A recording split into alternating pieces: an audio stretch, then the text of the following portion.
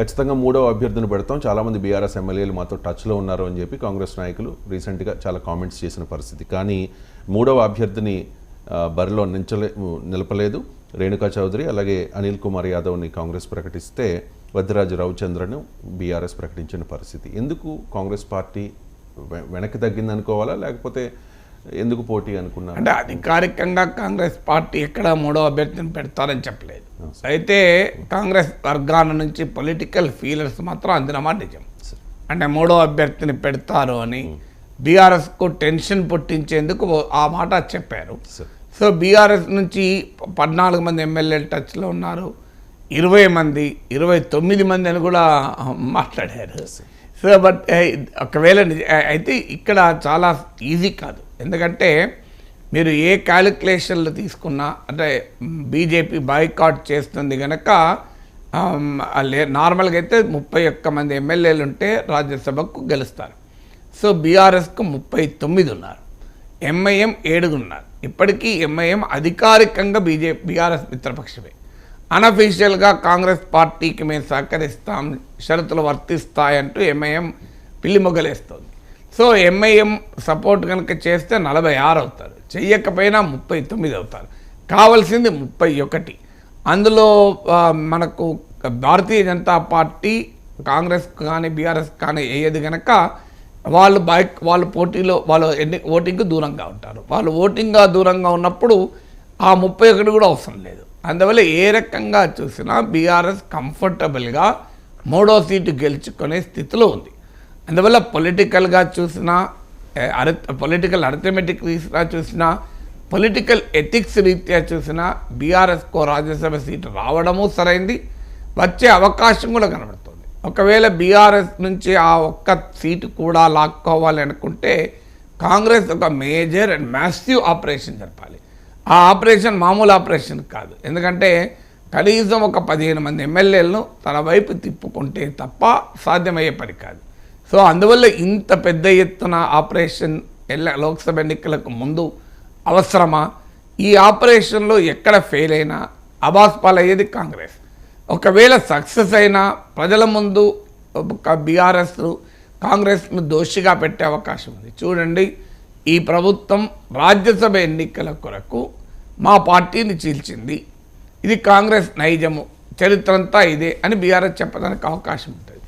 ఇప్పుడు తర్వాత క్రమంలో బీఆర్ఎస్ ఎమ్మెల్యేలు కాంగ్రెస్ వైపు వస్తే ఆ నియోజకవర్గ అభివృద్ధి కోసమనో, తెలంగాణ అభివృద్ధి కోసమనో, కేసీఆర్ నాయకత్వం పైన విశ్వాసం పోయిందనో, లేదు తెలంగాణలో కాంగ్రెస్ ప్రభుత్వానికి బీఆర్ఎస్ కుట్రలు పండుతోంది ప్రభుత్వానికి వ్యతిరేకంగా, మనం ఆ ప్రభుత్వాన్ని కూల్చడానికి కుట్రలు పండుతుంటే మేము చూస్తూ ఊరుకోవాలానో, ఇలా రకరకాల కారణాలు చెప్పడానికి అవకాశం ఉంటుంది. లేదు ఏది లేకపోయినా రేపు లోక్సభ ఎన్నికలకు బీఆర్ఎస్ బీజేపీ మధ్య అవగాహన కుదిరింది, ప్రత్యక్షంగా కుదిరితే ప్రత్యక్షంగా కుదిరిందని, లేకపోతే పరోక్షంగా కుదిరని ఆరోపిస్తున్నా బయటికి రావచ్చు. ఇప్పుడు వెంకటేష్ నేత బీఆర్ఎస్ బీజేపీ మధ్య ఒక అవగాహన కుదిరింది, అందుకే నేను నిరసనగా బయటకు వస్తున్నానని చెప్పాడు. సో ఇలా ఏదో ఒక పొలిటికల్ రీజన్ చెప్పి, అంటే కాంగ్రెస్ స్వార్థానికి సంబంధము లేని కారణము చెప్పి, సో ఈ ఎమ్మెల్యేలను ఇటువైపు తిప్పుకునే దానికి అవకాశం ఉంటుంది. కానీ ఇప్పుడు రాజ్యసభ ఎన్నికల కొరకే చేస్తే అది కాంగ్రెస్ పార్టీ కక్కుర్తిలాగా కనబడుతుంది. ఒక రాజ్యసభ సీటు కొరకు కాంగ్రెస్ ఏ స్థాయికి దిగజారింది, ప్రతిపక్ష పార్టీని చీల్చి తన వైపు తిప్పుకోవటానికి అని. అఫ్కోర్స్ అప్పుడు కాంగ్రెస్ వాళ్ళకు డిఫెన్స్ ఉంటుంది. మరి కేసీఆర్ ఏం చేశాడు, కేసీఆర్ మా పార్టీ వాళ్ళు లాక్కోలేదా అని. అందువల్ల ఏ కారణాన రాజ్యసభ ఎన్నికలకైనా మరో కారణానైనా బీఆర్ఎస్ ఎమ్మెల్యేలు కాంగ్రెస్ వైపు వెళ్తే ఆ పరిణామాన్ని క్వశ్చన్ చేసే నైతిక హక్కు కేసీఆర్కి లేదు, బీఆర్ఎస్కి లేదు. ఎందుకంటే వారు అధికారంలో ఉన్నప్పుడు ఇదే పని చాలా పెద్ద ఎత్తున చేశారు కనుక. బట్ స్టిల్ రాజ్యసభ ఎన్నికలకు కోసం చేశారు అనే అపవాదం ఎందుకని కాంగ్రెస్ అనుకోవచ్చు. లోక్సభ ఎన్నికలకు ముందు ఈ రకమైన ఆపరేషన్లు చేస్తే దాని పొలిటికల్ కాన్సిక్వెన్సెస్ ఎలా ఉంటాయి. సో తనను తాను రక్షించుకోవడానికి బీఆర్ఎస్ బీజేపీ కలవచ్చు.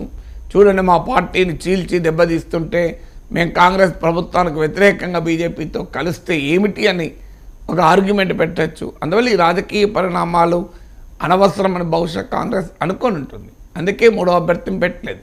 కానీ చివరి వరకు ఫీలర్స్ మాత్రం వచ్చాయి, మూడో అభ్యర్థిని పెట్టబోతున్నారు. సో బీఆర్ఎస్ ఎమ్మెల్యేల మూడో అభ్యర్థికి ఓటు వేయబోతున్నారు.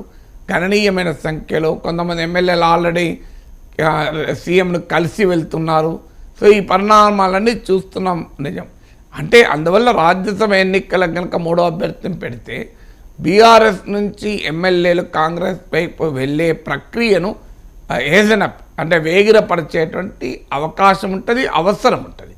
ఆ అవకాశాన్ని ఇప్పుడే తీసుకోదలుచుకోలేదా కాంగ్రెస్?